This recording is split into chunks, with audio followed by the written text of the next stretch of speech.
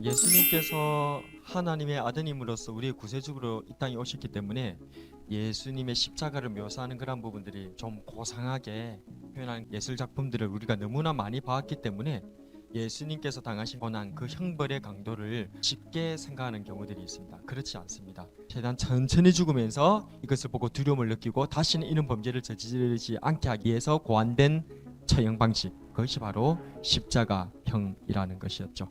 그렇다면 예수님께서는 왜 십자가 형벌을 받았어야 했을까요? 왜 예수님은 십자가에서 죽으셔야 하죠? 성경에 예언이 되어져 있었어요. 사람이 만일 죽을 죄를 범함으로 네가 그를 죽여 나무 위에 달거든 그 시체를 나무 위에 밤새도록 두지 말고 그날에 장사하여 내 하나님 여호와께서 내게 기업으로 주시는 땅을 더럽히지 말라. 나무에 달린 자는 하나님께 저주를 받았음이니라. 아멘. 예수님께서 십자가 나무에 매달렸잖아요. 저주를 받았다는 거야. 그리스도께서 우리를 위하여 저주를 받은 바 되사 율법의 저주에서 우리를 속량하셨으니 기록된 바 나무에 달린 자마다 저주 아래에 있는 자라 하였음이라.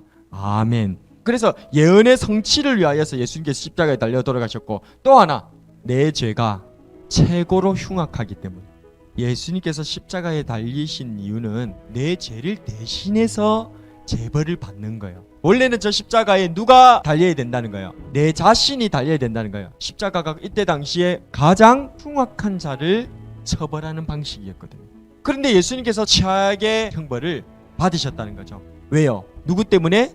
나 때문에, 우리 때문이 아니에요. 그 말은 내가 가장 흉악한 죄인이다, 그 뜻이에요. 근데 그럼 여기서 또 다른 질문이 생깁니다. 아니, 내가 그렇게 흉악한 죄를 지었나요?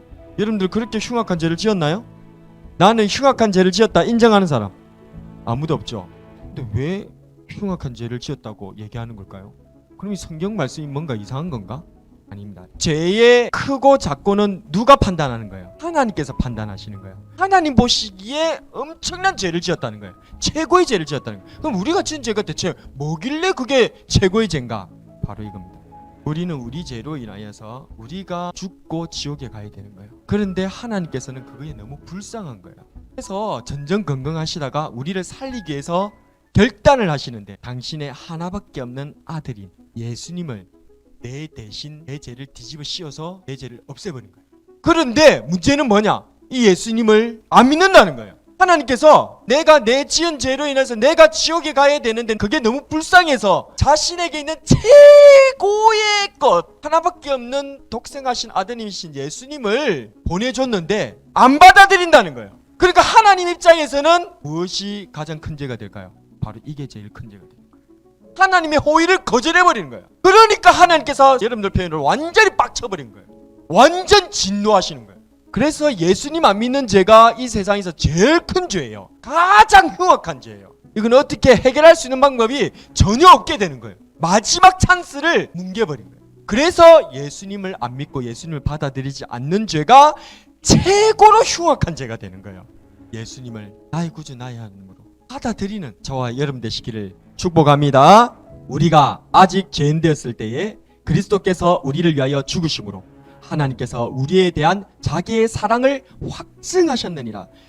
하나님께서 우리를 얼마나 사랑하시는지를 하나님께서 사랑하신다 암만 얘기를 해도 안 믿으니까 내가 대체 뭘 하면 얘네들이 나의 사랑을 알고 자기 죄를 다 버리고 나에게로 돌아올까 고민하다가 하나님의 가장 귀한 최고의 것 바로 하나밖에 없는 자기 아들을 우리를 위해서 보내주셨다는 거예요.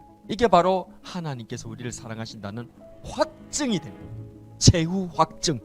모세의 법을 폐한 자도 두세 증인으로 말미암아 불쌍히 여김을 받지 못하고 죽었거늘 하물며 하나님 아들을 짓밟고 자기를 거룩하게 한 언약의 피를 부정한 것으로 여기고 은혜의 성령을 욕되게 하는 자가 당연히 받을 형벌은 얼마나 더 무겁겠느냐 너희는 생각하라. 구약 성경에 기록되어 있는 그 율법 10계명 그거 안 지켜도 하나님의 진노를 받는다는 거예요. 그래서 다 죽어버렸다는 거예요. 지옥에 갔다는 거예요. 그런데 하나님께서 그걸 용서해 주려고 하나밖에 없는 독생하신 외아들 우리 구주 예수 그리스도를 보내주신데 그걸 거절하면 대체 하나님께서 내리실 진도가 얼마나 크겠는지 생각해봐라. 그래서요, 마지막 질문입니다. 예수님께서 나를 대신해 십자가의 지옥 고통을 당해주신 것이 정말 믿어진다면 우리에게는 어떤 감정이 생길까요? 나의 죄를 위해서 십자가에 대신 죽어진 게 믿어지니? 정말 믿어져? 그럼 예수님께 대해서 어떤 감정이 나? 감사. 맞아요. 이게 정상적인 감정이에요. 어떤 감정이 나온다고요? 죄송하고 감사하는 마음이 생깁니다. 그걸 뭐라고 하느냐? 믿음이라고 하는 거예요. 믿음은 예수님 믿습니다, 하나님 믿습니다, 이게 믿음이 아니에요. 믿음은 뭐냐? 다른 말로 표현하면 감사가 되는 거예요.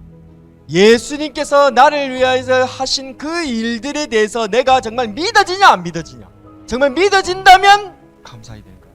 그 감사하는 삶을 뭐라고 하느냐? 신앙생활이라고 하는 거예요. 예배하는 생활이에요. 감사하니까 여러분들이 찬양 드리셨던 거고, 감사하니까 저는 목사가 된 거고, 감사하니까 여러분들은 권사님이 되시고 집사님이 되시고 선생님이 되신 거예요. 그런데 감사하지 않은데 그것을 했다라는 것은 위선이에요. 종교생활 한 것뿐이에요. 믿음에서부터 시작해서 감사로 열매 맺는 삶, 그것을 신앙생활이다 라고 한다는 거예요.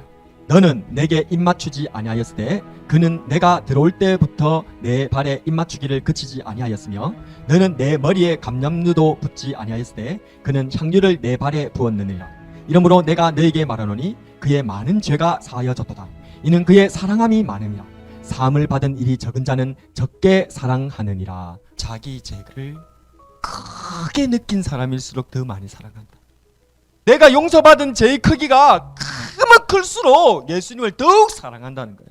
그래서 믿음과 사랑과 예수님에 대한 소망이 다 같이 하나로 뭉쳐져서 감사가 나오는 거예요. 이것이 신앙의 정수입니다. 이것이 바로 믿음의 본질이에요. 예수님께서는 우리 죄를 위해서 고통당하셨습니다. 아니, 정확하게 말한다면 우리 죄가 아니라 나의 죄, 내 죄 때문에 십자가에서 대신 고통당하셨습니다. 하나님께서 나를 사랑해 주시는데 내 죄를 위해서 당신의 독생하신 아드님이신 예수님까지 대신 십자가에서 죽게 하실 정도로 나를 사랑하시는데 나는 이런 하나님의 최고의 은혜를 알지도 못하고 대수롭지 않게 여겨버렸던, 아니 마치 저 예수님을 초대하고는 씻을 물 한 잔 대접하지 않았던 시몬과 같이 예수님을 모독해버린, 하나님의 은혜를 모독했던 그런 우리들의 모습은 아니었는지 돌아보게 됩니다. 내 죄가 얼마나 큰지 아는 만큼 예수님을 사랑한 줄로 믿습니다. 예배와 찬양과 큐티와 전도를 통해서 예수님에 대해서 감사를 표현해 보세요. 그리고 예수님을 더욱 사랑하는 우리 중고등부가 다 되기를 주님의 이름으로 축복합니다. 오늘의 한 줄 설교 요약: 내 죄 때문에 십자가 지신 예수님 사랑, 예수님 감사. 아멘.